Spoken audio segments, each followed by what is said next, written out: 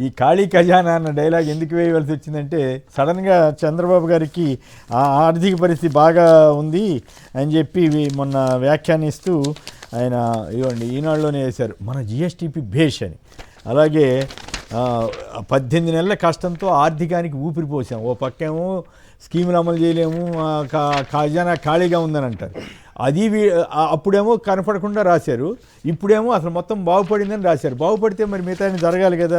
నిన్న జగన్ గారు వేసిన ప్రశ్నలు ఇవన్నీ కూడా మనం మాట్లాడుకోవడం కోసం ఖజానా ఖాళీ అన్న డైలాగ్ని మీ దృష్టికి తీసుకురావడం జరిగింది. ఇక వార్తల్లోకి వెళదాం. సాక్షి ఛానల్ను ఎలా బ్లాక్ చేస్తారు? వార్తా ఛానల్ను అంధకారంలోకి నెట్టివేయడం అత్యంత తీవ్రమైన అంశం. బాబు సర్కార్పై సుప్రీంకోర్టు జడ్జి జస్టిస్ నరసింహ ధర్మాసనం ఆగ్రహం. నిజంగానే సాక్షి ఇప్పుడు 1.5 ఏడాది దాటిపోయింది. ఎందుకెంత సాక్షి అంటే భయపడే పరిస్థితి ఎందుకు వస్తూ ఉంది? ఇన్ని కేసులు మొన్న చూసాం కదా, ఎడిటర్ మీద 19వ కేసు పెట్టారట, విచారణ రమ్మంటున్నారట. 19 కేసులు. ఏంటి ఇది పరిస్థితి ఇంద్రనీల్ గారు? Sir, first of all the fourth pillar లాంటి మీడియా మీద రాజకీయ కక్షతో ఇలాంటి చర్యలు కొనసాగించడం అనేది అప్రజాస్వామికం.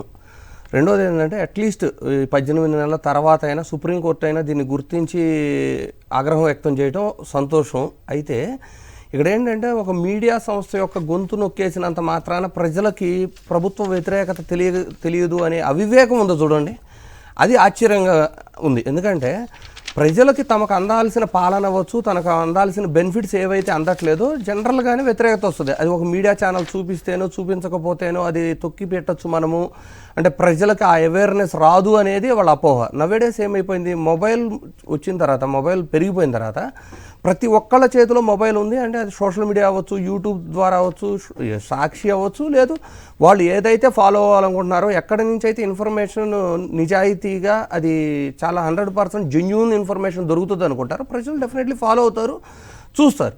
అయితే ఇక్కడ వీళ్ళు కుట్రపూరితంగా దీన్ని సాక్షిని గొంతు నొక్కేయాలి అని కానీ అక్రమ కేసులు పెడుతున్న తీరు చూస్తున్నాం కదా.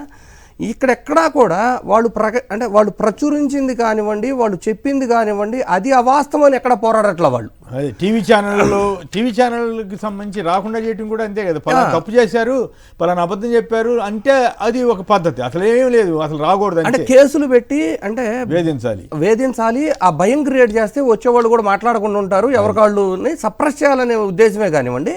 ఇప్పటిదాకా పెట్టిన కేసుల్లో ఎక్కడన్నా సాక్షిలో 19 కేసులు పెడితే అక్రమంగా వీళ్ళు లేదు తప్పుడు వార్తలు ప్రచురించినట్లు కానీ ప్రూవ్ చేయగలిగినవి కానీ వాళ్ళ దగ్గర ఏమైనా ఆధారాలు ఉన్నాయా?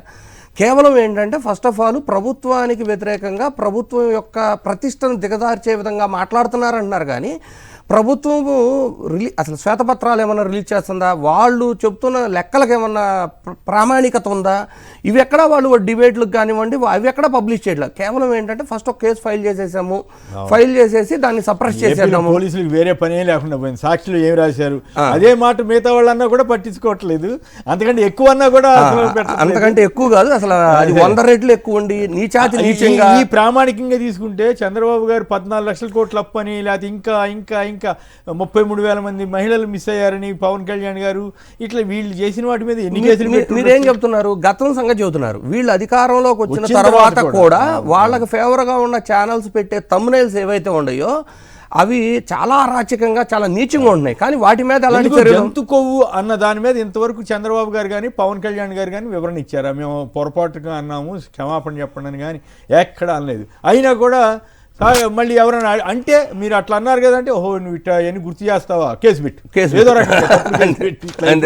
ఇక ఆంధ్రప్రదేశ్ పోలీసులకి వేరే పని లేనన్నట్టుగా ఓ పక్కేమో గంజాయి గందరగోళాలు అవుతుంటే హత్యలు కూడా జరుగుతున్నాయి. పాపం పెంచలయ్య ఆయనకేమో ఆర్థిక సాయం చేయలేదు, కులాలు తగాయితాను లేదా జనసేన కార్యకర్తను హత్య చేస్తే ఓకే సాయం చేయటం అభ్యంతరం లేదు. ఫ్యాక్షనిస్టులకి ఫ్యాక్షన్లో హత్య చేస్తే ప్రభుత్వ ఉద్యోగాలు ఇస్తారు. సామాజిక కారణం కోసం అతను పనిచేస్తూ ఉంటే గంజాయి నిరోధించడం కోసం అతన్ని హత్య చేస్తే అతని కుటుంబాన్ని ఆదుకోవడానికి కూడా ముందుకు రాలేదని చెప్పి నిన్న ప్రజాశక్తిలో వార్త వచ్చింది. ఈ పరిస్థితి మరి అది గొప్పతనమా? చంద్రబాబు గారే చెప్పుకోవాలి. రైట్, మన రాజీవ్ గారు చెప్పండి, సాక్షి ఛానల్ని ఎలా బ్లాక్ చేస్తారన్న సుప్రీంకోర్టు వ్యాఖ్యలు వచ్చిన తర్వాత అయినా ఏపీ ప్రభుత్వం తీరు మారే అవకాశం ఉందా? సార్, కేఎస్ఆర్ గారు, మీకు మీతో పాటు పాలన ప్యానలిస్ట్లకి, సాక్షి టీవీ న్యూస్ ఛానల్ వీక్షకులందరూ కూడా నా హృదయపూర్వక నమస్కారాలు, శుభోదయం. సాక్షి మీద ఈరోజు సుప్రీంకోర్టులో వచ్చినటువంటి వ్యాఖ్యల తర్వాత ఏమైనా ప్రభుత్వం తీరు మారుతుందని మీరు అడిగారు. ఇంకో 100 మొట్టికాయలు వేసినా 1000 చివాట్లు పెట్టినా ఈ ప్రభుత్వం తీరు మారదు.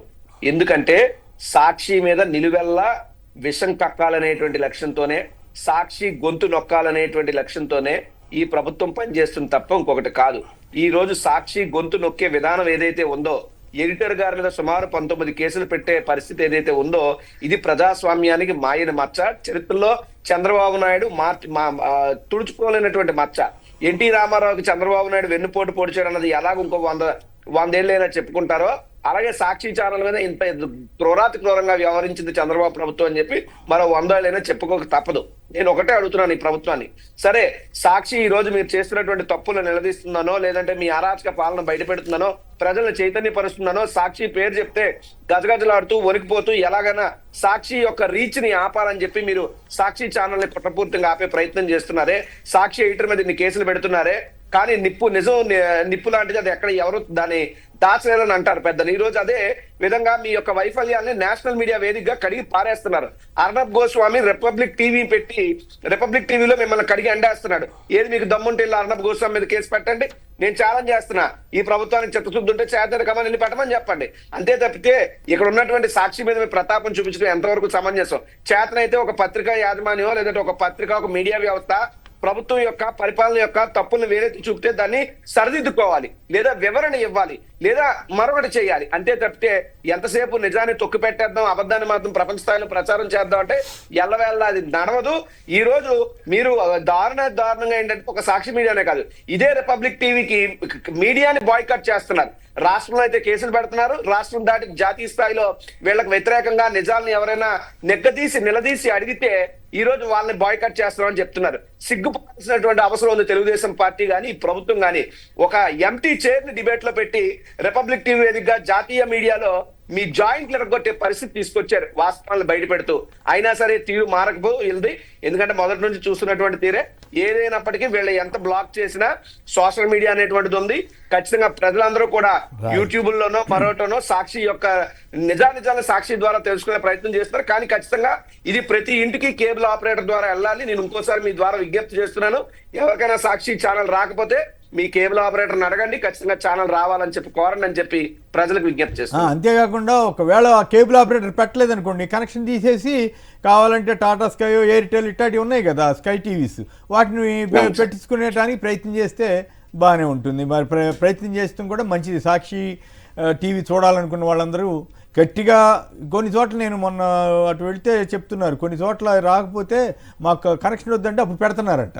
సో ఆ పరిస్థితి వాళ్ళు భయపడుతున్నారు, వాళ్ళకి ఉపాధి కదా. ప్రభుత్వం చూసి ప్రభుత్వం చేసే అరాచకాన్ని, దిక్కుమాల రెడ్ బుక్ గోల, మూర్ఖత్వ వ్యవహారాలతో సమస్య. కానీ సార్ ఇక్కడ మీకు ఒక అంశాన్ని చెప్తాను సార్. కేబుల్ ఆపరేటర్లు అంటే బడా ఎంఎస్ఓల సంగతి నాకు తెలియదు, కానీ కేబుల్ ఆపరేటర్స్ బతుకు కూడా చాలా చిన్న బతుకు. వీళ్ళు ప్రభుత్వం ఎంత దారుణంగా వ్యవహరిస్తుందంటే ఆ కేబుల్ వైర్లు కట్ చేసేయడవో, లేకపోతే ఆ జంక్షన్ బాక్స్ లాగేయటవో, ఏదో రకంగా చేస్తే పాపం వాళ్ళు భయపడతారు, వాళ్ళు చిన్న బతుకులు. కాబట్టి ఖచ్చితంగా ప్రజల నుండి స్పందన వస్తే వాళ్ళు పెట్టే ప్రయత్నం ఖచ్చితంగా చేస్తున్నారు. కానీ ఈ ప్రభుత్వం ఏంటంటే కక్షపూర్తంగా వారి మీద కూడా వ్యవహరిస్తుంది, అది కూడా చాలా తప్పు అని చెప్పి మీ ద్వారా ఈ ప్రభుత్వాన్ని తెలియజేస్తున్నారు. నరసింహారెడ్డి గారు చెన్నై నుంచి. నరసింహారెడ్డి గారు నమస్కారం, మాట్లాడండి సంక్షిప్తంగా. సార్ నమస్తే సార్, కేఎస్ఆర్ గారు నమస్కారం.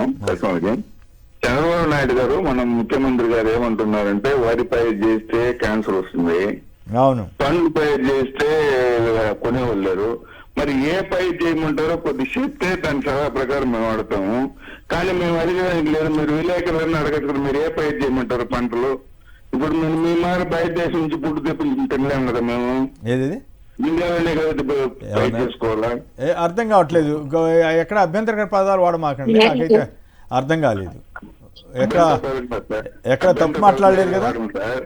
ఓకే, ముఖ్యమంత్రి గారు వరి పైరు చేస్తే క్యాన్సర్ వస్తుంది అన్నారు. అవును, అది ఆల్రెడీ చెప్పారు, చివరిలో ఏదంటే నాకు వినపడలేదు సరిగా. తర్వాత పండ్లు, కూరగాయలు, పండ్లు పైరు చేస్తే రేట్లు లేవు. అవును, కరెక్ట్. ఇప్పుడు మరి ఏ పైరు చేయాలి సార్ మేము? అదే మరి సమస్య, ఏ పంట పండించాలి? రైట్, ఆ విషయం చెప్పట్లా. మళ్ళీ మొన్న కూడా వరి వేయొద్దు అంటారు, మరి వరి బదులు పలానా వేయండి, అవి ఎక్కువ వేస్తే మేము కొనలేమని ఇందాక వారే అన్నారు కదా, అన్ని పంటలు వేస్తే మేము ఎక్కడ ప్రభుత్వం కొనలేదు అంటారు. మరి అది ప్రభుత్వం కొనక ఏం చేయాలి, రైతులు బతకాలా వద్దా? అది మరి పైగా అదే నేను కూడా రైతుని అంటారు, మరి రైతు కష్టాలు ఆయనకి తెలియ మర్చిపోతే ఎట్లా? రైట్. జాన్ విక్టర్ గారు కోనసీమ నుంచి. జాన్ విక్టర్ గారు నమస్కారం, మాట్లాడండి. నమస్తే అండి నమస్తే. గారు, ప్యానల్ పెద్దలకి నమస్కారం. సార్. ప్రజలు అసలు చంద్రబాబు నాయుడు అంటాం కంటే ప్రజల్ని అనాలండి, ఈ విషయం తప్పు పట్టాలి. ఆయన మొట్టమొదటి ఆయన ఫస్టే సొంత పిల్లనిచ్చిన మామగారికి పొడిచాడు ఆయన. వెన్నుపోటును కూడా ఆయన. సరే, అది చరిత్ర అనుకోండి. ఇప్పుడు కాదు సమస్యల మీద మాట్లాడండి, సబ్జెక్ట్ దేని మీద చర్చిస్తున్నామో దాని మీద మాట్లాడండి. సరే, ప్రజలు తప్ప ఒప్ప అంటే అది ఇప్పుడు అయిపోయిన తర్వాత ఇప్పుడు మాట్లాడలేము. ఇప్పుడు మిథున్ రెడ్డి గారు చెప్తున్నారు 50 లక్షల ఓట్లు ఎట్లా పెరిగినాయని లోక్సభలో నిలదీశారు. దాని మీద అది ఇంకో ఆస్పెక్టు, అది దాని మీద మళ్ళీ మాట్లాడదాం మిత్రమా. ఇప్పుడు సాక్షి టీవీ ఛానల్ని వాళ్ళు రానివ్వకుండా చేయటం మీద సుప్రీంకోర్టు ధర్మాసనం ఆగ్రహం వ్యక్తం చేసిందన్న వార్త మీద మీరు ఏమైనా స్పందిస్తే స్పందించండి. అది సాక్షి రావట్లేదని చెప్పేసి నేను డిష్ లోకి వెళ్ళిపోయాను. గుడ్, ఇది అందరికీ ఆదర్శంగా ఉండాలి. నేను డిష్ టీవీలోకి వెళ్ళిపోయాను అండి, దానివల్ల. Very good. మీరు 10 మందికి చెప్పండి, అది సాక్షి అభిమానులు ఉన్నాడు. ఇప్పుడు అభిమానం లేకపోతే ఎవరు చెప్పినా వెళ్ళినా అక్కర్లేదు కూడా, వాళ్ళ ఇష్టం అది. అట్లాగే అభిమానులు ఎవరైనా సరే ఖచ్చితంగా చూడాలి, నిజాలు తెలుసుకోవాలి, వాస్తవాలకు దగ్గరగా చూడాలి అనుకున్నప్పుడు సాక్షిలో పోనీ పలానా అబద్ధం చెప్పారని ఎవరు చెప్పట్లా. విచిత్రం ఏంటంటే అనరు సాక్షి వద్దు అని ప్రచారం చేస్తారు కొంతమంది తెలుగుదేశం మిత్రులు. మరి ఎందుకయ్యా ఏం అబద్ధం చెప్పారంటే చెప్పరు. కేసులు ఫైల్ చేసిన కాడ కూడా మీరు మళ్ళీ చెప్తారు సార్, ఏమని ఫైల్ చేస్తున్నారు అంటే ప్రభుత్వ ప్రతిష్టను దిగదార్చే విధంగా మాట్లాడుతున్నారు, ప్రచురిస్తున్నారు అన్నారు. కానీ ఆ ప్రచురించింది నిజమా అబద్ధం అనే దాని మీద డిబేట్ ఉండదు, డిస్కషన్ ఉండదు. రైట్. ఇక తెలంగాణ వార్త ఒకటి చూద్దాం. పేదలకు న్యాయం చేస్తా, పేదరికం నిరక్షరాస్యత నిర్మూలనే నా లక్ష్యం, అదే నా పాలసీ డాక్యుమెంట్, అదే ప్రజలతో ఒప్పందం. తెలంగాణ రైజింగ్ గ్లోబల్ సమ్మిట్ 25 ముగింపు సభలో సీఎం రేవంత్ విజన్ డాక్యుమెంట్ ఆవిష్కరణ. 5,75,000 కోట్ల పెట్టుబడులు వచ్చాయని వెల్లడి, మా ఒప్పందాలయ్యే సీఎం గారి సమక్షంలో. అయితే నమస్తే తెలంగాణ ఒక ఆసక్తికరమైన విషయం చెప్పిందండి. గ్లోబల్ సమ్మిట్ కేసీఆర్ హైలైట్, 10 ఏండ్ల BRS Telangana model rising, CM సాక్షిగా కొనియాడిన ఆర్థికవేత్త దువ్వూరి, బ్రిటన్ మాజీ ప్రధాని టోనీ బ్లెయిర్ సైతం ప్రశంస అంటూ కథనాన్ని ఇచ్చారు వాళ్ళు. అయితే అంతకంటే ఇంట్రెస్టింగ్ విషయం ఏంటంటే కంపెనీ చరిత్రలోనే అతిపెద్ద ఇన్వెస్ట్మెంట్ పెట్టబోతున్నాం అని గల్లా జయదేవ్ తెలంగాణ సదస్సుకు వెళ్ళి చెప్పారు. పెట్టుబడులకు హైదరాబాద్ బెస్ట్ డెస్టినేషన్ అని మాజీ MP Amara Raja group chairman Galla Jayadev అన్నారు. సీఎం రేవంత్ రెడ్డి కంపెనీలకు మంచి సహకారం అందిస్తున్నారని గ్లోబల్ సమ్మిట్లో తెలిపారు. ఫ్యూచర్ సిటీలో 9,000 కోట్లతో ప్లాంట్ ఏర్పాటు చేస్తున్నామని, తమ కంపెనీ చరిత్రలోనే ఇది అతిపెద్ద ఇన్వెస్ట్మెంట్ అని పేర్కొన్నారు.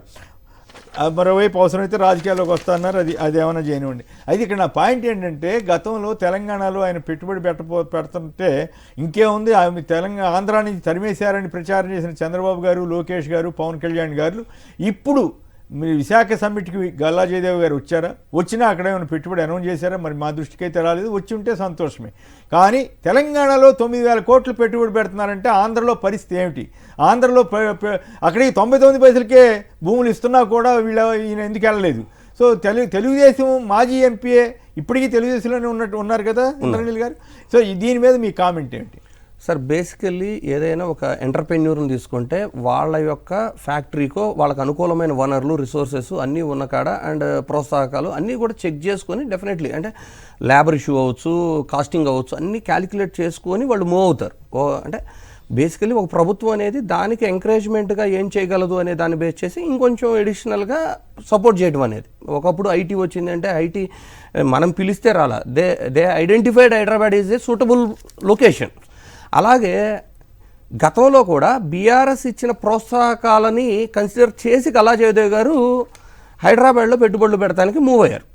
ఆ సమయంలో ఆయన మూవ్ అయిన దాంట్లో అక్కడ మీకు 2024 టైంలో కూడా చాలా క్లియర్గా గల్లా జయదేవ్ గారు స్టేట్మెంట్ ఇచ్చారు. ఎవరు? కాంగ్రెస్ గవర్నమెంట్ తెలంగాణలో అధికారం వచ్చిన తర్వాత కూడా మీరు కానీ బీఆర్ఎస్ ఏదైతే మాకు ప్రామిస్ చేసి ప్రోత్సాహకాలు ప్రామిస్ చేసిందో అవి కానీ కంటిన్యూ చేయలేకపోతే మేము ఈ రాష్ట్రంలో కూడా పెట్టము, మళ్ళీ వేరే చోటకి చూస్ చేసుకుని వెళ్ళిపోతామనే స్టేట్మెంట్ కూడా వచ్చింది.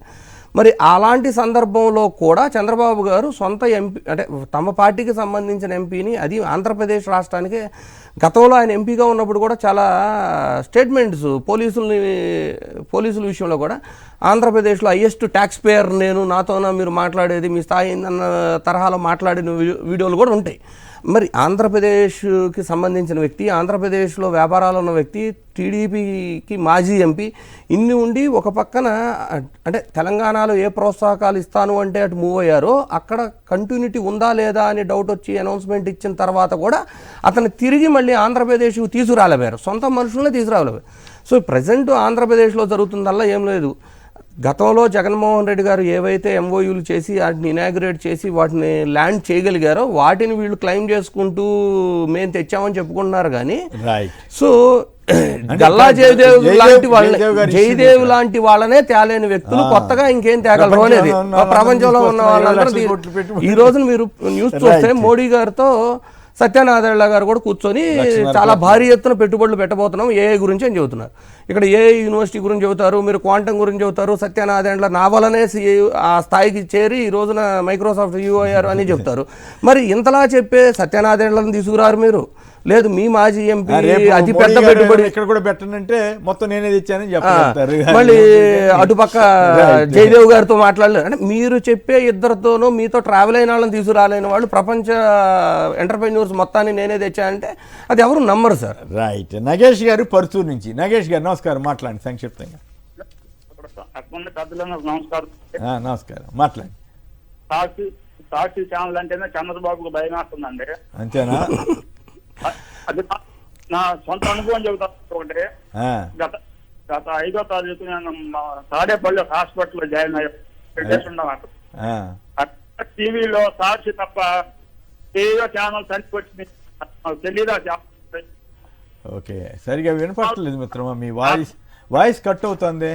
ఓకే, కంప్లీట్ చేయండి. హాస్పిటల్స్ కూడా టీడీపీ హాస్పిటల్స్, వైసీపీ హాస్పిటల్స్ అని పేర్లు పెట్టి అర్థం కాలేదండి.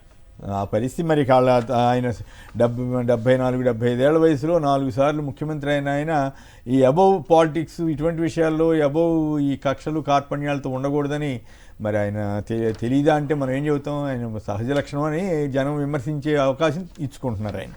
రైట్. మన రాజు గారు చెప్పండి, గల్లా జయదేవ్ గారు ఎందుకు పెట్టుబడి పెట్టట్లేదు, ఏపీలో పెట్టకుండా తెలంగాణలోనే ఎందుకు పెట్టారు? మొన్న ఎవరో అడుగుతున్నారు, మరి అసలు అరుణ్ కుమార్ గారు ఉండవలే గారు ఆ చంద్రబాబు గారు ఎందుకు పెట్టట్లేదు, ఏపీలో హైదరాబాద్లో ఎందుకు పెట్టుకున్నాడు, ఇక్కడ ఎందుకు పెట్టలేదని ఆయన అడిగారు. మొన్న ఎప్పుడో సందర్భంలో కామెంట్ చేశారు. సో గల్లా జయదేవ్ ఇంత 18 నెలల తర్వాత విశాఖ సమ్మిట్ జరిగిన తర్వాత కూడా ప్రపంచంలో ఉన్న వాళ్ళందరూ వ్యాపారులందరూ వచ్చేస్తున్నారు, పారిశ్రామికవేత్తలందరూ వచ్చేస్తున్నారు అంటున్నారు. గల్లా జయదేవ్ ఎందుకు ఏపీకి వెళ్ళలేదు? జగన్ గారి మీద వీళ్ళు చేసిన అదంతా తప్పుడు ప్రచారమేనా అనుకోవాలా? సార్ నా వాయిస్ వస్తుంది సార్? వినపడతా సార్. ఒకటి, ఇప్పుడు ఏదైతే అమర్ రాజా గ్రూప్ సంబంధించినటువంటి తెలుగుదేశం పార్టీ పూర్వ నాయకుడు, అప్పటి ఎంపీ, మొన్న విశాఖపట్నంలో సమిట్ జరిగితే ఆయన రావడం జరిగిందండి, వచ్చాడు, ఫోటోల్లో నేను చూశాను. కానీ ఏది పెట్టుబడులు అయితే అనౌన్స్ చేసినట్టు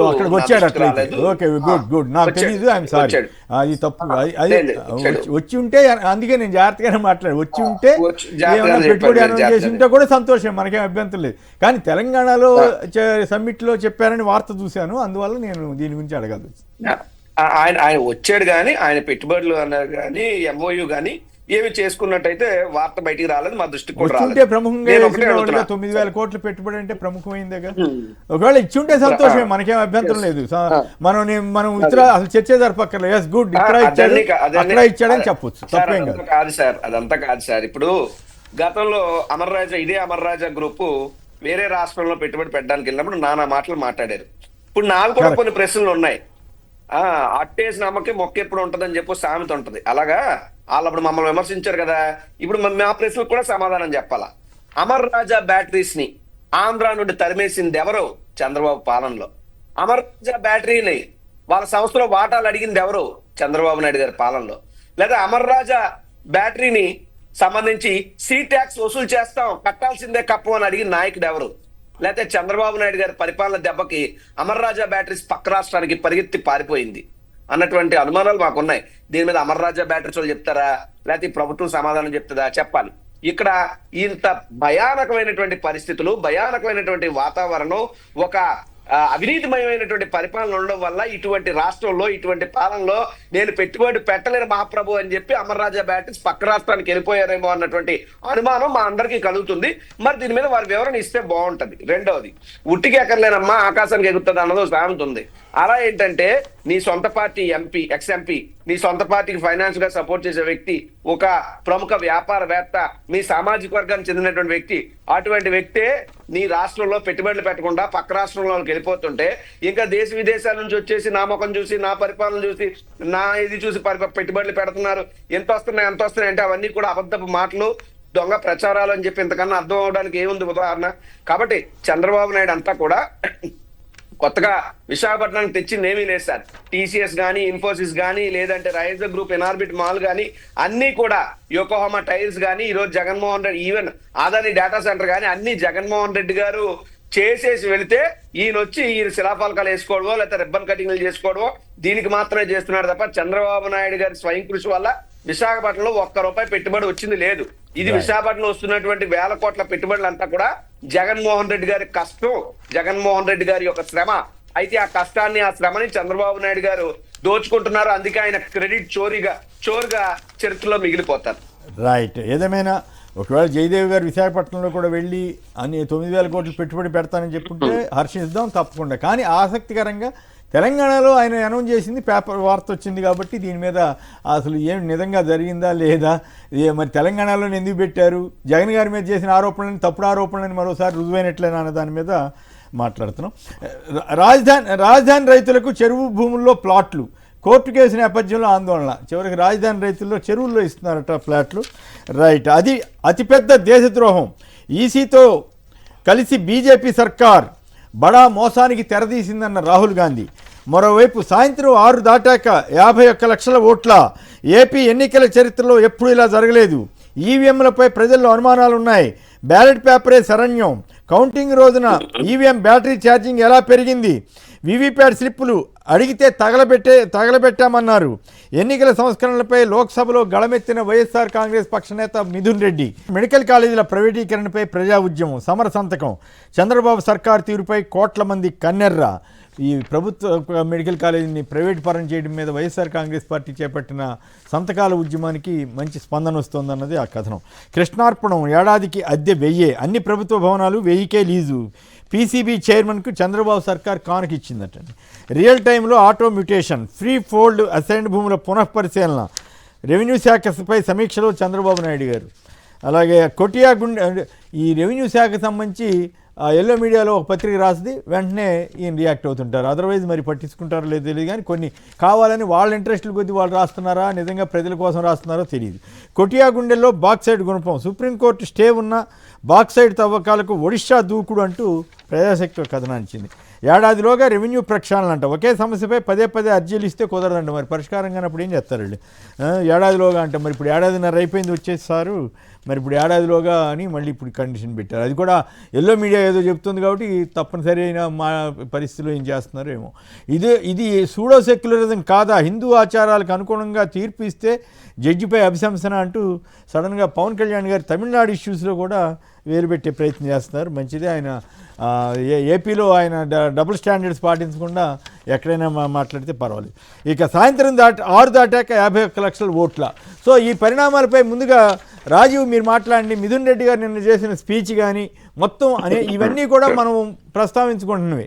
వాటి మీద ఈసీ ఇంతవరకు స్పందించలేదు. ఇప్పుడు లోక్సభలో జరిగిన తర్వాత అయినా సరే రాహుల్ గాంధీ గారు మరి ఆయన తెలివి ఉందో లేదో అర్థం కాలేదు. కానీ ఏపీ ఇంత పెద్దగా ఇంత స్పష్టంగా మిథున్ రెడ్డి గారు చెప్పిన తర్వాత కూడా ఆయన మాట్లాడినట్టుగా మరి వినలేదు నేను. ఒకవేళ మీరు మాట్లాడుంటే సంతోషమే, వస్తే అది ప్రముఖంగా కూడా వచ్చిండేది కదా, మరి రాలేదు. సరే, ఆయన లైను ఏపీ వరకు బీజేపీ ఎన్డీఏ తోటి కలిసి ఆయన కూడా ప్రయాణం చేస్తున్నాడో తెలియదు. కానీ బట్ ఇక్కడ ఏపీ ఇష్యూ మీద మిథున్ రెడ్డి గారు చేసిన స్పీచ్, దాని మీద మీ విశ్లేషణ చెప్పండి. సార్, రాహుల్ గాంధీ గారు మాట్లాడతారని అనుకోవడం అయితే మన పొరపాటే అవుతుంది. ఎందుకంటే ఆంధ్రప్రదేశ్లోనేమో గురువు గారు ముఖ్యమంత్రి, తెలంగాణలో ఏమో శిష్యుడు గారు ముఖ్యమంత్రి. కాబట్టి ఆబ్వియస్ గా వారికి అంతర్గతంగా సంబంధాలు ఉంటాయనేటువంటిది అందరికీ తెలిసినటువంటి అంశం. రెండోది, గతంలో పొత్తు పెట్టుకున్నటువంటి పార్టీలు, ఏమో పొత్తులో లేకుండా ఉన్నటువంటి పార్టీలు ఏం కాదు. సో ఏనాడికైనా మోడీనికి నో చెప్పి కాంగ్రెస్ పార్టీకి ఎస్ చెప్పే అవకాశాలు ఉంటాయి. కాబట్టి ముందరకాల బంధంగా రాహుల్ గాంధీ గారు, లేకపోతే ఇక్కడ ఉన్నటువంటి కాంగ్రెస్ పార్టీ రాష్ట్ర అధ్యక్షురాలో, లేకపోతే కాంగ్రెస్ పార్టీ సంబంధించిన నాయకులు ఎక్కడా కూడా అంతా మాట్లాడతారు దేశం గురించి. కానీ ఆంధ్రప్రదేశ్ రాష్ట్రంలో ఎంత అన్యాయం జరిగితే ఎక్కడా కూడా కాంగ్రెస్ పార్టీ నోరిప్పిన పాపాన పోలేదు. కాబట్టి కాంగ్రెస్ పార్టీని ఏదైతే రాష్ట్ర ప్రజలు చీకొట్టారో అది తప్పేం లేదని చెప్పి మరోసారి నిరూపణ జరిగినట్టే. ఇక మిథున్ రెడ్డి గారు మాట్లాడిన అంశాలు అక్షర సత్యాలు సార్. ఎందుకు చెప్తున్నాం అంటే 6 గంటల తర్వాత 50 సరే ఈవీఎంల ట్యాంపరింగ్ జరిగిందా లేదా, ఈవీఎంల వల్ల ఓట్లు అధికంగా వస్తే దానివల్ల ప్రభుత్వాలు మారిపోయేటటువంటి పరిస్థితులు నెలకొన్నాయనేటువంటి అనుమానాలు ఉన్నాయి. సో దీన్ని ఎవరు కూడా కన్ఫర్మ్ చేయట్లేదు, మేము కూడా కన్ఫర్మ్ చేయట్లేదు. మాకున్నటువంటి అనుమానాన్ని మేము వ్యక్తపరిచినప్పుడు ఆ అనుమానాన్ని నివృత్తి చేసి నిజాన్ని బయట పెట్టాల్సినటువంటి బాధ్యత గౌరవ ఎలక్షన్ కమిషన్ మీద ఉంటది. కానీ గౌరవ ఎలక్షన్ కమిషన్ నుండి స్పందన కరువు అవుతున్నప్పుడు మా అనుమానం మరింత బలపడుతుంది. ఆ బలపడినటువంటి అనుమానాన్నే ఈ రోజు పార్లమెంట్ లో మిథున్ రెడ్డి గారు చెప్పడం జరిగింది. అందులో భాగంగా కొన్ని కీలకమైనటువంటి అంశాలు ఏదైతే అనగా విజయనగరానికి సంబంధించినటువంటి మాజీ పార్లమెంట్ సభ్యులు ఉన్నారో ఆయన పోలింగ్ రోజు ఈవీఎం తాలూకా పర్సంటేజ్ చూసిన తర్వాత మళ్ళీ కౌంటింగ్ రోజును చూస్తే ఆ ఈవీఎం తాలూకా పర్సంటేజ్, బ్యాటరీ పర్సంటేజ్ అనేటువంటిది బాగా పెరగడం జరిగింది. సో ఈ మధ్యలో ఆ ఈవీఎం లో ఉన్నటువంటి స్ట్రాంగ్ రూమ్ వద్ద ఉన్నటువంటి సీసీ కెమెరా ఫుటేజ్ ని ఇమ్మని చెప్పి అడిగితే దాని మీద స్పందన లేదు. అసలు ఈవీఎం లో పోలింగ్ తర్వాత ఎవరు హ్యాండిల్ చేశారు, పోలింగ్ కి కౌంటింగ్ మధ్యలో ఎవరి చేతుల్లోకి వెళ్ళాయి అన్నటువంటిది ఉన్నటువంటి అనుమానం. రెండోది వీవీప్యాట్ల గురించి అడిగితే వీవీప్యాట్లని తగలబెట్టేసామంటారు. అంత తొందరగా ఎలా తగలబెడతారండి? కనీసం అవ్వకుండా ఏమైనా అనుమానాలు ఉన్నాయా లేవా, నిర్ణీతమైనటువంటి సమయం, ఆ రూల్స్ రెగ్యులేషన్స్ ఫాలో అవ్వాల్సిన పరిస్థితి ఏం లేదా అన్నది రెండో అంశం. ఇక మూడోది ఏంటంటే 6 గంటలు దాటిన తర్వాత, జనరల్గా 6 గంటలు దాటిన తర్వాత ఓట్స్ పోల్ అవ్వవు. జనరల్గా లైన్ లోకి వెళ్ళిపోయిన వాళ్ళని నిలబెట్టి ఆ లైన్ పూర్తయినంత వరకు ఓటేసి పంపిస్తారు ఎంత సమయమైనా. అంతే తప్పితే 51 లక్షల మంది లైన్ లో నిలబడిపోతారు రాష్ట్రం మొత్తం కూడా 6 గంటల లోపు, 6 గంటల తర్వాత.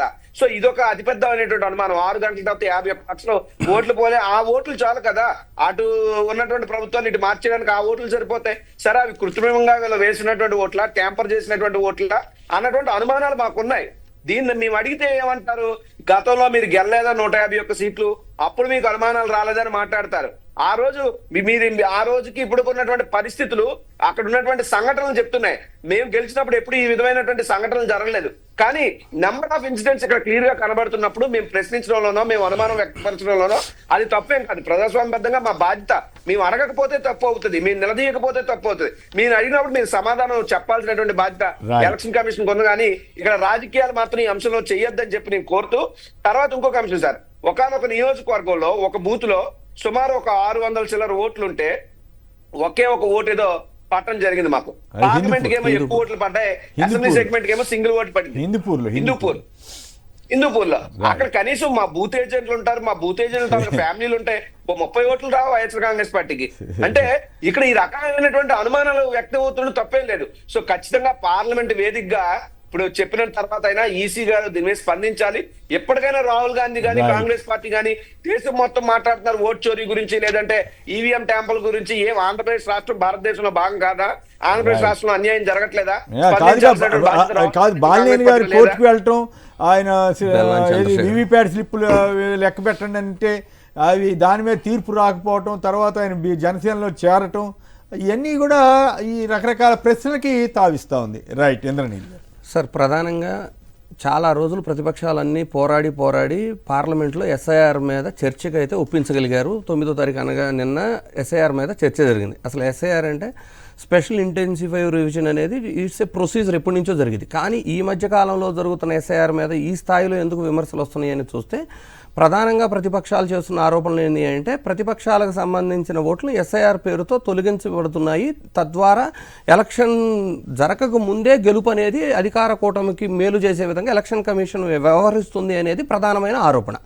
దీని మీద చర్చ జరిగితే first of all Rahul Gandhi గారు ఒకే ఒక రోజు ఎంతోమంది పోరాడి తెచ్చుకున్న టైంని ఒక అన్రిజిస్టర్డ్ ఆర్గనైజేషన్, మీరు గుర్తుపెట్టుకోండి, ఆర్ఎస్ఎస్ అనేది రిజిస్టర్డ్ ఆర్గనైజేషన్ కూడా కాదు, ఒక అన్రిజిస్టర్డ్ ఆర్గనైజేషన్ వెనకుండి నడుపుతుంది అనే అలిగేషన్స్ తీసుకొచ్చేసి ఆ కన్స్ట్రక్టివ్ డిస్కషన్ జరగాల్సిన దాన్ని కూడా దాన్ని తప్పుదోవ పట్టించారు. అయితే ఎస్ఐఆర్ ఇంత పకడ్బందీగా అన్ని రాష్ట్రాలు ఎక్కడైతే ఎలక్షన్ జరుగుతుందో ఆ రాష్ట్రాల్లో నిర్వహించడం అవ్వచ్చు. వీటన్నిటికంటే ముఖ్యం ఏంటంటే సార్, అసలు ఓటర్ ఐడితో ఆధార్ కార్డు ఇంటిగ్రేట్ చేస్తే ఈ ఎస్ఐఆర్ నడపాల్సిన పని కూడా లేదు. ఇప్పుడు ఏదైతే ఒకప్పుడు సుప్రీంకోర్టే ఆధార్ కార్డు ప్రామాణికం కాదు అని అంది, దానివల్ల కూడా సమస్య వస్తుంది. చాలా మరి సుప్రీంకోర్టు వారు అట్లా మాట్లాడితే ఎవరైనా చెప్పారు. ఇప్పుడు చూడండి, మీరు అనుకుంటే అంటే సుప్రీంకోర్టులో అసలు first of all identification card కింద కూడా యాక్సెప్ట్ చేయకపోతే సుప్రీంకోర్టు యాడ్ చేపించింది అనమాట.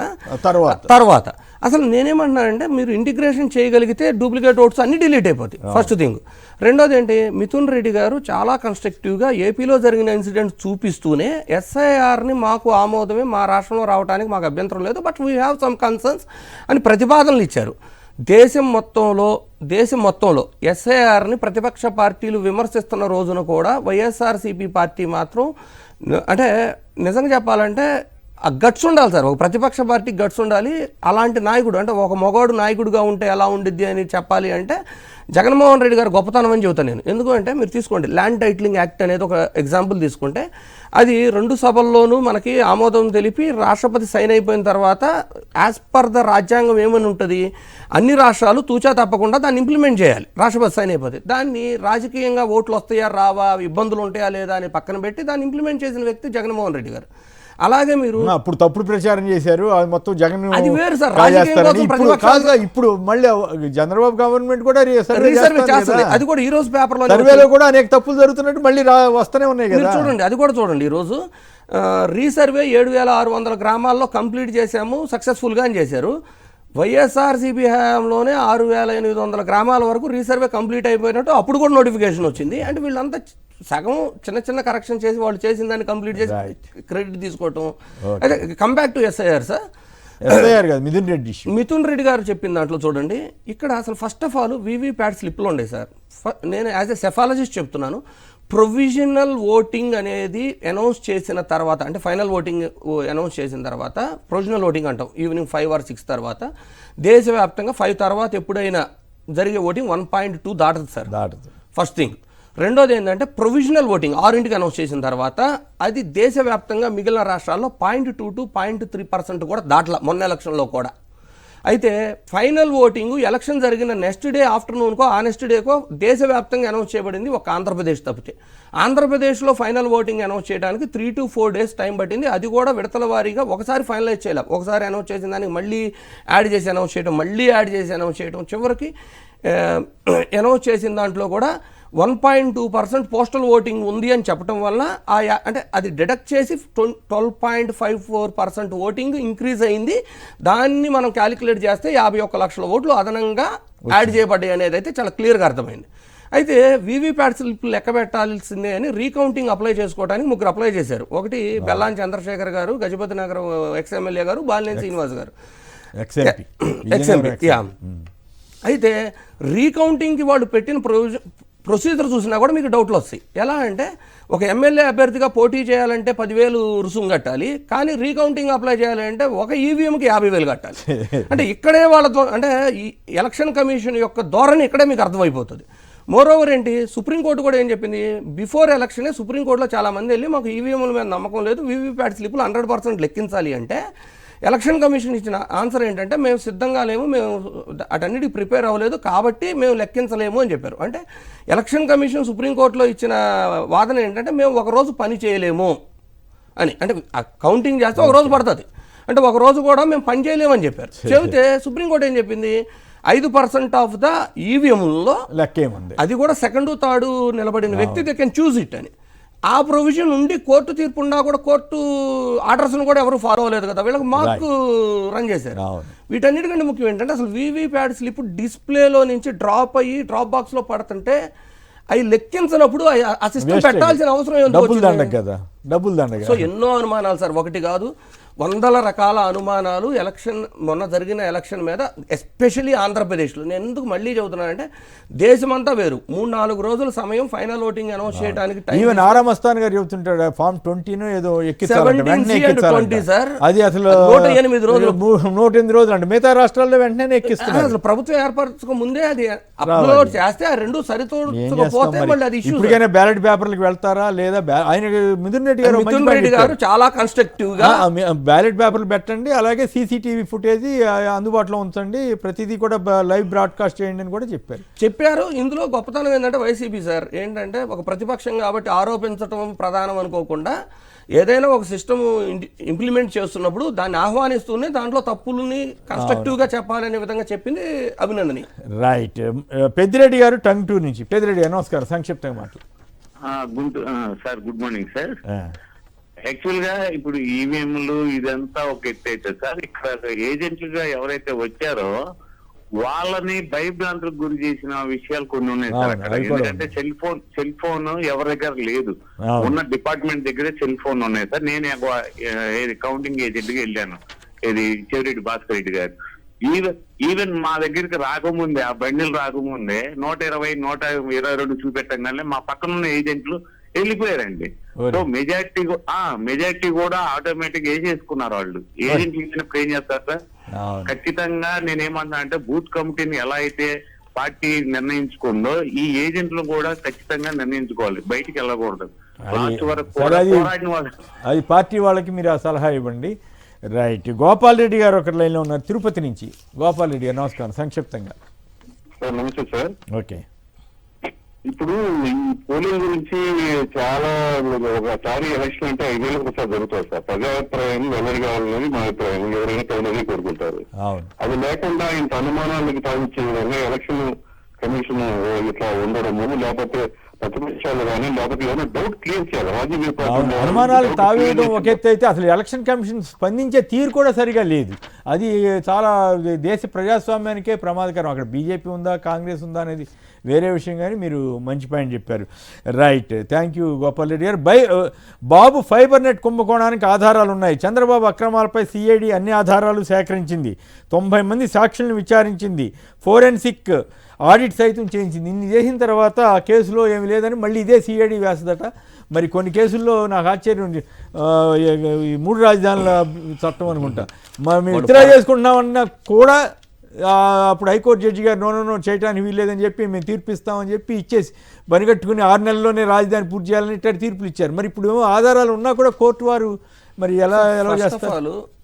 ఏదైతే సిట్ అంటున్నారో ఈ యొక్క కేసు ద్వారా సిట్ అనేది అధికారంలో ఎవరు ఉంటే వాళ్ళకి తొత్తుగా పనిచేస్తుందా అనే సందేహాలు ప్రజలకు కలిగే సంబంధం లేదు. ఇది కేసులు విత్డ్రాయల్కి సంబంధించింది సిఐడి. అవును సార్, సిఐడి విషయమే చెప్తున్నా, సిట్ కాదు సిఐడి.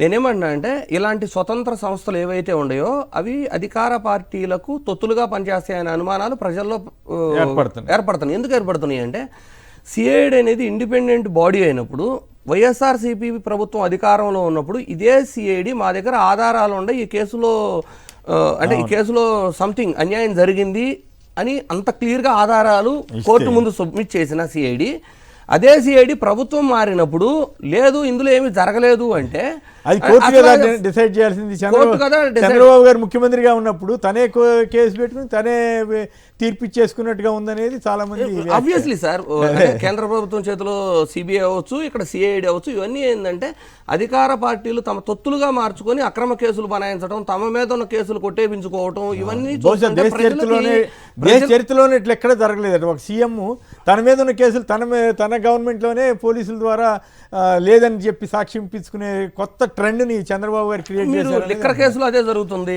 ఫైబర్ కేసులో అదే జరుగుతుంది, స్కామ్స్ కేసులో అదే జరుగుతుంది. అన్ని కేసుల్లో కూడా తన మీద ఉన్న కేసులని ఎవరైతే ఆ రోజున ఫైల్ చేశారో ఇప్పుడు వాళ్ళ మీద ఒత్తిడి లేకపోతే వాళ్ళు ఆ రోజు ఎందుకు పెట్టారు, ఈ రోజు ఎందుకు డ్రాప్ అవుతున్నారు, ఏదో ఒకటి తేలాలి కదా. వాళ్ళంతా బయటే ఉంటారు, వాళ్ళకి సాక్ష్యాలు ఉన్నాయని చెప్పి పొన్నవోలు గారు చాలా స్పష్టంగా అంటే వీళ్ళ మీద కేసులు. రైట్, ఇక చివరి అంశంలోకి వెళ్దాం. ప్రజలను మోసం చేయడానికే బాబు అంకెల గారడి, వైసీపీ అధ్యక్షుడు వైఎస్ జగన్ ధ్వజం అంటూ మొత్తం చంద్రబాబు గారు చెప్పిన కాకి లెక్కలన్నింటినీ ఆయన కడిగి పారేశారు జగన్ గారు. అయితే ఏపీని బ్రాండ్ దెబ్బతిందని 7 లక్షల కోట్ల ధ్వంసం అని చంద్రబాబు గారు విశ్లేషకులు కొందరు విజయ్ కేసరావు ఇట్లా మనకి కామేష్ వీళ్ళందరూ మాట్లాడుతుంటే విన్నాను. చాలా ఆసక్తికరంగా ఉంది. అసలు కరోనా గురించి ప్రస్తావించలేదంట, అప్పుల గురించి ఈయన చేసిన అప్పులు 2.5 లక్షల కోట్లు అప్పు చేశారు కదా, వాటి గురించి చెప్పకుండా మేము జిఎస్టీడీ అప్పుడు ఆ కరోనా టైంలో పెరగకపోతే కూడా అదేదో జగన్ గారు చేసిన తప్పు అన్నట్టుగా అదేదో అది కవర్ చేసేసుకుంటూ మాట్లాడారట.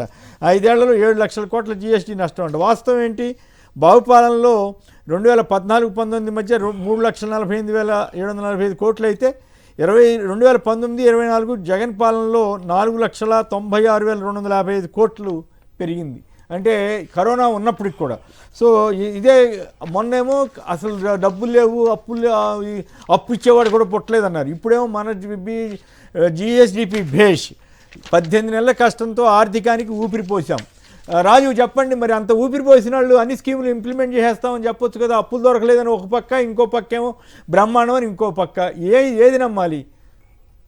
జగన్ గారి జగన్ గారి ప్రశ్నలకు సమాధానం దొరుకుతుందా? జగన్మోహన్ రెడ్డి గారి ప్రశ్నలకు సమాధానం చెప్పేంత ఇది చంద్రబాబు నాయుడు గారి ప్రభుత్వానికి లేదు సార్. ఎందుకంటే జగన్మోహన్ రెడ్డి గారు నిజాలు మాత్రమే మాట్లాడతారు, చంద్రబాబు నాయుడు గారు అబద్ధాలు మాత్రమే చెప్తారు. కాబట్టి ఖచ్చితంగా ఆన్సర్లు అయితే ఇవ్వలేరు కూడా. ఎందుకంటే జగన్మోహన్ రెడ్డి గారిది విధ్వంసకర పాలన అని కూడా మాట్లాడారు. నేను అడగదలుచుకున్నా, ఏది విధ్వంసకర పాలన చంద్రబాబు నాయుడు గారు? జగన్మోహన్ రెడ్డి గారి కాలంలో 2 ఏళ్ళు కరోనా కష్టకాలం, దానివల్ల 72,000 కోట్ల నష్టం. అయినప్పటికీ 2.73 లక్షల కోట్లు డీబీటీ ద్వారా ప్రజలకు పంపిణీ చేసినటువంటి పరిస్థితులు. దాంతో పాటు అభివృద్ధి చేయడం వల్ల చంద్రబాబు నాయుడు గారు 14 నుంచి 19 మధ్యలో 69,000 రూపాయలు తలసరి ఆదాయం ఉంటే, జగన్మోహన్ రెడ్డి గారి కాలంలో 78,000 పైచీలకు తలసరి ఆదాయం పెరిగిందంటే దీన్ని అభివృద్ధి అంటారా, దీన్ని విధ్వంసం అంటారా? చెప్పాల్సినటువంటి బాధ్యత చంద్రబాబు నాయుడు గారి మీద ఉంది. నరం లేని నాలుగు ఉన్నట్టు ఏది పడితే అది మాట్లాడితే కుదరదు కదా. ఇక్కడ ఉన్నది జగన్మోహన్ రెడ్డి గారు, ఆయన లెక్కలతో మాట్లాడతారు, మీ అందరి లెక్కలు కూడా తెలుస్తాడు. రెండో విషయం, మీరు ఏదైతే చెప్పారు పారిశ్రామిక అభివృద్ధికి సంబంధించి కానీ, అప్పులకు సంబంధించి కానీ, జగన్మోహన్ రెడ్డి గారు సార్ 60 నెలల కాలంలో, కరోనా కష్టకాలంలో 3.31 లక్షల కోట్ల అప్పు మాత్రమే జగన్మోహన్ రెడ్డి గారు చేశారు. కానీ ఇలా 10 లక్షలు, 14 లక్షలు, 15 లక్షలు, ఇంకా ఇలా నోరుకి ఇష్టం వచ్చినట్టు మాట్లాడటం జరిగింది. కానీ వాస్తవం లెక్క ప్రకారం 3.3 లక్షల కోట్ల అప్పు 60 నెలల కాలంలో చేశారు. ఇప్పుడు చంద్రబాబు నాయుడు గారు వచ్చి సుమారు 18 నెలల కాలం అయింది. ఆ లెక్క చూస్తే జగన్మోహన్ రెడ్డి గారు 18 నెలల కాలంలో 99,000 కోట్లు అప్పు చేశారు. కానీ ఇదే 18 నెలల కాలంలో చంద్రబాబు నాయుడు చేసిన అప్పు ఎంతో తెలుసండి? 2.66 లక్షల కోట్లు చేశాడు. సో చంద్రబాబు నాయుడు గారు ఎంత అప్పు చేసి ఓ పక్క ఒక్క రూపాయి పేదోడికి పెట్టడు, ఇంకో పక్క అభివృద్ధిలో దూసుకుపోతుంది అంటాడు, ఒక్క పథకం అమలు చేయడు. ఏం చేస్తున్నారంటే అరాచకం, అవినీతి, దోచుకోవడం, పంచుకోవడం తప్పితే ఇంకొకటి లేదు. కేవలం వాళ్ళ పేపర్లు, మీడియాలో అడ్డు పెట్టుకుని బేస్ అంటే కాదు కదా. సగటు పేదవాడు, పేదవాడు ఎలా ఉన్నాడో క్లియర్ గా కనబడతా ఉంది. సార్ సమయం లేదంటున్నారు, ఒక్క 2 అంశాలు కూడా నేను క్లుప్తంగానే చెప్పి ముగిస్తున్నాను, చెప్పాల్సిన అవసరం ఉంది కాబట్టి.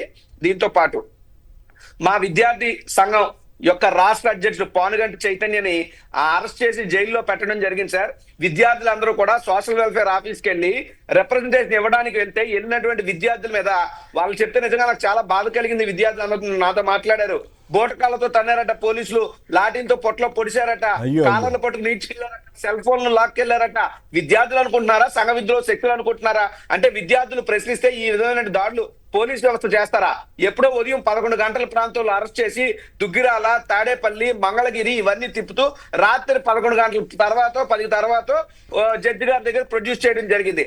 ఆ పనుగంటి చైతన్య అన్న అతను కూడా ఇతర 4 ఉంటే వాళ్ళందరికీ 41A కింద నోటీస్ ఇచ్చి బెయిల్ తీసుకుని షూటీలు పెట్టి వెళ్ళమని చెప్పారట. ఆయన మాత్రం రిమాండ్ చేశారు. కారణం ఏంటి? జడ్జి గారు అడిగితే చెప్పింది ఇతని మీద గతంలో చాలా కేసులోనే పబ్లిక్ న్యూసెన్స్ కాదు సార్. ఆ చైతన్య అనే అబ్బాయి నాకు బాగా తెలుసు. విద్యార్థి విభాగం గుంటూరు జిల్లా అధ్యక్షుడు కూడా, మేము యోజన విభాగం కమిటీ రాష్ట్రంలో ఉన్నాడు, ఆయన పనిచేశాడు జిల్లా విభాగంలో.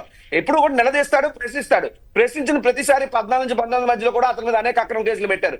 ఇప్పుడు ఆ అక్రమ కేసులు పెట్టి అతనేదో ఆల్వేస్ న్యూసెన్స్ క్రియేట్ చేస్తారని చెప్పి జడ్జి గారికి తప్పుడుగా చెప్పడం, ఆయనేమో రిమాండ్ చేయడం జరిగింది. సో ఆ యొక్క అక్రమ అరెస్ట్ ని మేము తీవ్రంగా ఖండిస్తా ఉంది విద్యార్థి లోకం, యువలోకం అంత యువత కూడా. ఇది రెండో అంశం సార్. ఖచ్చితంగా ఇప్పుడు చంద్రబాబు నాయుడు గారికి సంబంధించి రైతుల గురించి మాట్లాడారు, అది కూడా ఒక మాట. ఈ రోజు రాష్ట్రంలో మీరు ఏ పంట అయినా చూడండి సార్, ఆయన వరి గాని, వరి, పత్తి, టమాటా, ఉల్లి, పసుపు, పొగాకు, అరటి, మొక్కజొన్న, మామిడి, మిర్చి, చిని, బత్తాయి, నేమ్ ఎనీ క్రాప్, ఏ ఒక్క క్రాప్ కి కూడా ఉచిత పంట బీమా లేదు, గిట్టుబాటు ధర రాదు, ఎరువులు రావు, ప్రభుత్వం కొందు. పైపెచ్చి చేయమంటారంటే మీరు ప్రజలు తినే పంట పండిస్తే ప్రభుత్వం ఎందుకు కొంటది, మీరు ఏ పడితే పండిస్తారంటే, చిన్నప్పుడు సినిమాలో ఒక బిట్ వస్తుంది, మనం టిఫిన్ షాప్ కి వెళ్తాం, బాబు ఇడ్లీ ఉందా, ఇడ్లీ లేదు, నువ్వేమడినా అది పెడతాం. బాబు దోశ ఉందా, అది లేదు, నువ్వేమడినా అది పెడతాం. బాబు చపాతీ ఉందా, అది లేదు, నువ్వేదైనా అడిగి పెడతాం. ఇలాగే ఉంది చంద్రబాబు నాయుడు గారి తీరు. ఎంతకాలం సార్ రైతు కంట రక్త కన్నీరు కారుతుంది సార్. చంద్రబాబు నాయుడు గారి పాలనలో రైతు అలోలక్షణాన్ని ఏడుస్తున్నారు, ప్రాణాలు పోతా ఉన్నాయి. చంద్రబాబు నాయుడు గారు తీరు ఇప్పటికైనా మార్చుకోవాలని మీ ద్వారా నేను విజ్ఞప్తి చేస్తున్నా. రైట్, ఇక చెప్పండి. మొన్న 3 రోజుల ముందేమో అప్పులు అంతా, అసలు అప్పు కూడా పుట్టట్లేదు, ఖజానా ఖాళీ అన్నారు. మళ్ళీ వెంటనే మరి ఏం జరిగిందో ఏంటో అప్పులు అసలు నిజంగా రావనో లేకపోతే పరువు పోతుందనో అసంతా బ్రహ్మాండంగా ఉందని కలరింగ్ ఇచ్చే ప్రయత్నం ఈ ఎల్లో మీడియా ద్వారా. బేసికల్లీ జగన్మోహన్ రెడ్డి గారు అధికారంలో ఉన్నప్పుడు వీళ్ళు చేసిన ప్రచారం ఏంటి అంటే 14 లక్షల కోట్ల అప్పు చేసి రాష్ట్రాన్ని దివాలా తీసి ఒక శ్రీలంక ఇలాంటి దేశాల్లాగా మారుస్తున్నారు అనే ఆరోపణ చేసి ఈయన చేసిన క్లెయిమ్ కూడా ఏంటి అంటే నాకు అనుభవం ఉంది, నేనైతే సంపద సృష్టించి అప్పులు చేయకుండా ఆ సంపదతో మీకు పథకాలు ఇవ్వగలను అనేది ప్రామిస్ చేసి వచ్చారు కాబట్టి. కానీ వాస్తవాన్ని చెప్పకపోతేనేమో పథకాలు ఇవ్వలేక ఫెయిల్యూర్ అవుతాము అని ఖజానా ఖాళీ అని క్లియర్గా చాలా ఉన్నది ఫ్యాక్ట్ చెప్పారు. చెప్పిన తర్వాత రియలైజేషన్ ఏంటంటే కింద నుంచి చాలా వ్యతిరేకత వస్తుంది, సో మనం నమ్మి ఓటేసి మోసపోయామా అనే తీరు వచ్చింది అన్న తర్వాత కాదు గత 18 నెలలు టైం ఏంటంటే గతంలో జరిగిన విధ్వంసాన్ని కవర్ చేయడానికి సెట్ చేసాము, ఇప్పుడు ఆర్థికంగా అంతా సెట్ బ్యాక్ అయిపోయింది అని ప్రూవ్ చేసుకోవాలని చూస్తున్నారు. కట్ చేస్తే సార్ వాళ్ళు 14 లక్షల కోట్ల అప్పు అని ఏదైతే ఆరోపణ చేశారో తర్వాత అసెంబ్లీ సాక్షిగా ఏం చెప్పారు, కేవలం జగన్మోహన్ రెడ్డి గారు 3 లక్షల సంథింగ్ కోట్లు మాత్రమే ఆయన టైంలో అప్పు చేశారు అని అసెంబ్లీ సాక్షిగా వాళ్ళే చెప్పి మరలా చంద్రబాబు గారే ఈ ఏదైతే డేటా నిన్న రిలీజ్ చేశారో వాటిలో ఏం చెప్తున్నారు, 10 లక్షల కోట్లు వైఎస్ఆర్సీపీ అధికారంలో అప్పు చేశారని చెబుతున్నారు. లెక్క చూపించాలి, లెక్క ఒక శ్వేతపత్రం రిలీజ్ చేయొచ్చు కదా. ఈ విధంగా అంటే వాళ్ళు ఇచ్చేది ఇప్పుడు జిఎస్డిపి లెక్కలేలా వాళ్ళు మళ్ళీ ఒకసారి సరే నేనేమన్నా అంటే 14 లక్షలు కరెక్టా, 3 లక్షలు అసెంబ్లీలో చెప్పింది కరెక్టా, లేదు నిన్న చంద్రబాబు గారు చెప్పిన 10 అంటే 2-4 అప్పు పుట్టడం లేదనేది కరెక్టా, ఇప్పుడు అసలు అంతా బ్రహ్మాండంగా ఉన్నది. సో వీటిలోనే చాలా క్లియర్గా తెలిసిపోతుంది. నెక్స్ట్ జిడిఎస్పికి వెళ్తే సార్ జిఎస్డిపి మనకేంటంటే సార్ ఒకటి తెలంగాణ తీసుకోండి లేదు ఆంధ్ర తీసుకోండి, రాష్ట్రం విభజన జరిగిన తర్వాత కేవలం హైదరాబాద్ బేస్ చేసుకుని వాళ్ళకున్న రెవెన్యూతో మనం కూడా వైజాగ్ను బేస్ చేసుకుని కొంత పోరాడగలిగాము, ఆల్మోస్ట్ రీచ్ అవ్వగలిగాము. మనకున్న పాపులేషన్ పర్సంటేజెస్ అవన్నీ మీరు తీసుకుంటే ఆంధ్రప్రదేశ్లో ఉన్న పాపులేషన్ దేశవ్యాప్త పాపులేషన్ 3.8 అయితే తెలంగాణకు ఉంది 2.9 అనమాట. అయితే ఏదైతే మనం చూపించామో ఆ 5% జిఎస్డిపి ఉంది తెలంగాణకి, మనకెంత ఉంది 4.8 ఉంది. So we achieved very good. ఏది జగన్మోహన్ రెడ్డి గారి హయాంలో ఆల్మోస్ట్ 0.5% ఇంప్రూవ్మెంట్ కూడా ఉంది. అండ్ జిఎస్డిపి వచ్చి మనకి తెలంగాణ 16 లక్షల యావరేజ్ మీద ఉంటే మనం 18 లక్షల యావరేజ్ దగ్గరే ఉన్నాం. అయితే వీళ్ళు విజన్ 2047లో కూడా వీళ్ళు మెన్షన్ చేసింది ఎంతలా మెన్షన్ చేశారు అంటే ఆల్మోస్ట్ $2.4 ట్రిలియన్ మెన్షన్ చేశారు. అది 18 times పెరగాలని, ఇట్స్ హైలీ ఇంపాసిబుల్. మరి వాళ్ళ వ్యక్తి అంటే P4 చంద్రబాబు గారు గొప్పతనం ఏంటంటే ఏదైనా సరే అంకెల గారడి ఏదైనా సరే ఆకాశమే హద్దుగా అంకెలు చెప్పండి అంటే విజన్ 2020లో కూడా మీరు సక్సెస్ అవ్వాలా. పర్ క్యాపిటా కూడా ఈ రోజు ఎంత ఉంది, తెలంగాణలో 3.7 ఉంటే ఆంధ్రప్రదేశ్లో 3 lakh దగ్గరే ఉంటాం. 3 lakh దగ్గర ఉన్న పర్ క్యాపిటాని తీసుకొచ్చి 2047 అంటే జస్ట్ 2 terms లోపు అదే 20 years లోపు 55 lakh పర్ క్యాపిటా చేస్తానని విజన్ డాక్యుమెంట్లో మెన్షన్ చేస్తున్నారు. సో మేమేం తక్కువ తిన్నాం, గురువుని మించిన శిష్యుడు అవ్వాలి అన్నట్టు రేవంత్ రెడ్డి గారు $3 trillion అని మెన్షన్ చేసేసారు. రెండోదేమో ఇలాగే ఆయన కూడా ఏంటంటే అసలు ఇది సాధ్యమా, మీరు నిజంగా ఆర్థిక నిపుణులతో చెక్ చేయించారా, ప్రజెంట్ జిఎస్డిపి మీరు చెక్ చేశారా, దేశం జీడిపిలో ఉన్న మన వాటా ఏ స్థాయిలో ఉన్నాము గుర్తు చేశారు. అప్పట్లో మహేంద్ర దేవ్ గారిని ఒక నిజంగా నిపుణుడు, ఆయన సంజయ్ దేవ్ గారి అబ్బాయి, ఆయనకు చాలా గొప్పవాడు. అటువంటి ఆయన కూడా గొప్పట్టించారు కదా ఎల్లో మీడియా ద్వారా. జగన్ గారి ఆర్థిక పరిస్థితుల మీద అబద్ధాలు చెప్పించారు ఆయనతో కూడా. ఇప్పుడు మరి అదే మహేంద్ర దేవ్ గారు వచ్చి ఇప్పుడు ప్రైమ్ మినిస్టర్ ఆఫీస్లో ఉంటున్నారు. ఆయన చెప్పాలి కదా చంద్రబాబు గారు ఏంటి అప్పులేంటి గోలేంటి ఇంత గందరగోళం చేశారు, మరి ఆయన అటువంటి వాళ్ళు ఎందుకు మాట్లాడలేదు? మాట్లాడేయాలి సార్, ఇప్పుడున్న సందర్భాల్లో మాట్లాడేయాలి. ఇంకోటి చాలా క్లియర్గా కంక్లూజన్ స్టేట్మెంట్ సార్, ఆంధ్రప్రదేశ్లో ప్రభుత్వం ఫెయిల్యూర్ అని సామాన్య ప్రజలు కూడా భావిస్తున్నారు. ఎందుకు భావిస్తున్నారు అంటే ఏదైనా ఒక పార్టీ అధికారంలోకి వచ్చి ప్రభుత్వం ఏర్పాటు చేసిన తర్వాత ప్రధానంగా కన్సిడర్ చేయాల్సింది విద్యా వైద్యం. ఈ రెండింటి విషయాల్లో ఫీజు రియంబర్స్మెంట్ 7,000 కోట్ల బకాయిలు దాటిన తర్వాత ₹1 కూడా రిలీజ్ చేయలేదు. అలాగే ఆరోగ్యశ్రీ హాస్పిటల్ యాజమాన్యాలు రోడ్లకి వైద్యం పేదలకు అందట్లేదు. ఈ రెండింటికి అవసరమైన 10,000 కోట్లు రిలీజ్ చేయలేని పరిస్థితిలో ఆంధ్రప్రదేశ్ ప్రభుత్వం ఉండి జిఎస్డిపి పెరిగిపోయింది, జీడిపిలో మన గ్రోత్ ఉంది 15% ఇయర్లీ, 15% జిఎస్డిపి గ్రోత్ రేట్ మనకు ఉండిద్ది ఇయర్లీ. దానివల్ల మీరు 2047 కల్లా పర్ క్యాపిటా 55 లక్షలు రీచ్ అవుతాము, $3 trillion, $2.4 trillion అంటే అసలు సాధ్యం కాని హామీలు ఏ విధంగా అయితే ఇచ్చి అధికారంలోకి వచ్చారో మొత్తం పారబోసుకుంటుంటే ఈయన అప్పుడు బ్రహ్మాండంగా ఉంటుంది. ఇది కూడా ఇంకొక పాయింట్ సార్, రైతుల గురించి కూడా 2047 డాక్యుమెంట్లు ఏం మెన్షన్ చేశారో తెలుసా? ఇది ఒక మేజర్ పాయింట్గా టెక్నాలజీని తీసుకొచ్చి రైతుల్ని ఇంప్రూవ్మెంట్ చేస్తానని చెప్తూనే 60% ఆఫ్ ద పాపులేషన్ అర్బనైజ్డ్ అవడానికి మేము కృషి చేస్తా ఉన్నారు. 60% ఆఫ్ పాపులేషన్ అర్బనైజ్ చేస్తే మీరు రైతాంగానికి ఏం చేస్తారు, రైతులకు ఏం న్యాయం చేస్తారు? అంటే ఒక అసలు డబుల్ స్టాండర్డ్స్ మీ డాక్యుమెంట్ లోనే మెన్షన్ చేసి కూడా డెవలప్ చేస్తాం అగ్రికల్చర్ బేస్డ్గా అంటే అది ఒక పద్ధతి. అది రైట్. ఏదేమైనా ఒకటి మాత్రం వాస్తవం, చంద్రబాబు గారు రకరకాల విశ్లేషకులు చెబుతున్నట్లుగా కరోనా ఇష్యూ ప్రస్తావించకుండా జగన్ గారి టైంలో అప్పులు పెరిగాయనో లేదా ఇంకోటో చెప్తే జనం నమ్మొద్దు. దేశవ్యాప్తంగా జరిగింది, ప్రపంచం అంతా కూడా అప్పులు తీసుకోక తప్పని పరిస్థితి. అలాగే ఈయన టైంలో అప్పులు ఎందుకు చేశారో చెప్పట్లేదు చంద్రబాబు గారి టైంలో. సో ఈ రెండు కరోనాని దాచేసి అట్లాగా తన గవర్నమెంట్లో అప్పులను దాచేసి జగన్ గారి మీద బురద వేయడానికి ఎల్లో మీడియాని అడ్డం పెట్టుకుని అసత్యాలు చెబుతున్న తీరు చంద్రబాబు గారికి గౌరవం శోభనిచ్చేది కాదు. వారు తన వైఖరి మార్చుకుంటారని ఆశించడం కూడా మాబోటి వాళ్ళని ఆశిస్తాం, కానీ ఆశించినా కూడా పెద్ద అది ఉపయోగం లేదని అర్థమవుతా ఉంది. రైట్. ఇవన్నీ ఎందుకు జగన్ గారు అడిగినాడు సూట్గా ఇగో నువ్వు 1, 2, 3, 4 అని సమాధానాలు ఇమ్మని ఇప్పుడు అనేక అంశాల మీద ఇచ్చారు కదా, మొన్న ప్రెస్ కాన్ఫరెన్స్ పెట్టి ఇవాళ ఎక్స్లో అడిగారు కదా, వాటి మాత్రం డైరెక్ట్గా ఏది సమాధానం ఇవ్వని గొప్పతనం మన ముఖ్యమంత్రి గారిదే. రైట్. ఇంద్రనీల్ గారు, కొండా రాజు గారు అందరికి కూడా ధన్యవాదాలు. ఇది నేటి చర్చా కార్యక్రమం. నమస్కారం.